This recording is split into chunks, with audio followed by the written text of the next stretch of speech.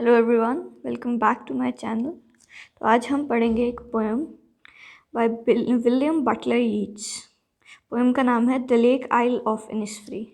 पहले तो हम विलियम बटलर यीट्स के बारे में थोड़ा सा जान लेते हैं।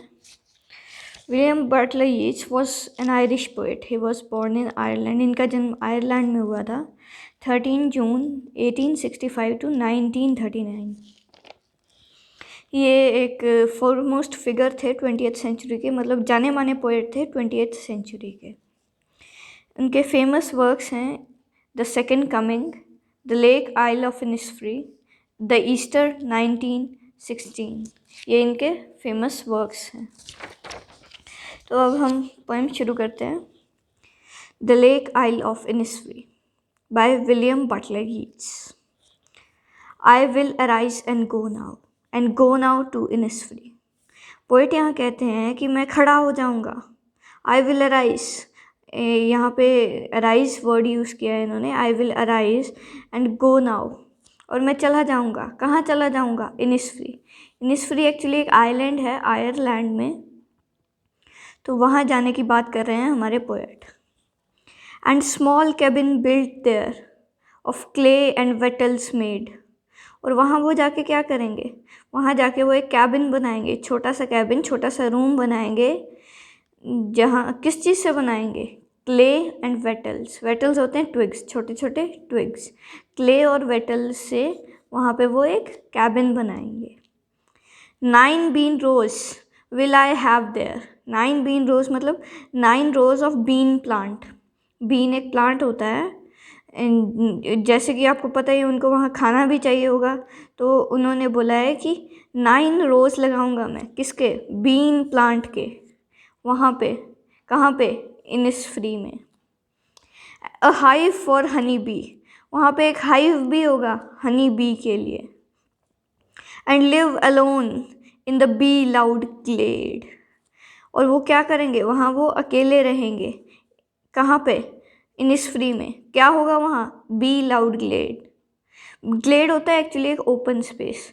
वो इनिसफ्री में अकेले रहना चाहते हैं उस ओपन स्पेस में जहाँ बी लाउड मतलब बीज की आवाज़ हो, बज की। Shall have some peace there for peace comes dropping slow. उन्होंने कहा है कि वहाँ पे मेरे को शांति मिलेगी, वहाँ मेरे पास शांति होगी। क्योंकि शांति कैसे आती है? पीस कैसे आती है? Dropping slow. ड्रॉपिंग स्लो मतलब स्लोली एंड ग्रेजुअली। उसके बाद पोएट कहते हैं dropping from the veils of morning to where the cricket sings. Peace कहाँ से ड्रॉप करती आएगी? स्लोली एंड ग्रेजुअली पीस कहाँ से आएगी? पीस आएगी मॉर्निंग की वेल से। वेल होता है जिसे हम हिंदी में घूंघट कहते हैं। तो सुबह सुबह जब मौसम अच्छा होगा, मतलब मौसम बादलों वाला होगा, उस समय आकाश ने, हमारे आसमान ने बादलों का घूंघट ओढ़ रखा होगा, और वहाँ पे क्रिकेट होता है एक स्मॉल इंसेक्ट, वो वहाँ गाएगा। There midnight's all a glimmer and noon a purple glow. वहाँ पे मिडनाइट ऑल अ ग्लिमर, वहाँ पे सारी रात तारे चमकेंगे और उन तारों के नीचे ही पोएट होंगे। And noon a purple glow, और नून कैसा होगा? Purple glow. नून में एक पर्पल सा ग्लो होगा। And evening full of linnet's wings. Linnet एक स्मॉल ब्राउन बर्ड होता है, ग्रे कलर का बर्ड होता है, जिसकी एक स्मॉल बीक होती है, जिसकी बीक स्मॉल होती है। तो इवनिंग में लिनेट के विंग्स से भरा हुआ इवनिंग होगा उनका, मतलब बहुत सारे लिनेट्स होंगे उनके आसपास। आगे नेक्स्ट पैराग्राफ।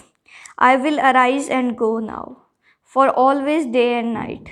पोइट कहते हैं कि अब मैं खड़ा हो जाऊंगा और चला जाऊंगा। कहाँ? इनिसफ्री। कहाँ पे? क्या करने? मतलब सारे डे नाइट के लिए, ये सब पीस लेने में इनिसफ्री चला जाऊंगा, हमेशा हमेशा के लिए। I hear lake water lapping with low sounds by the शोर।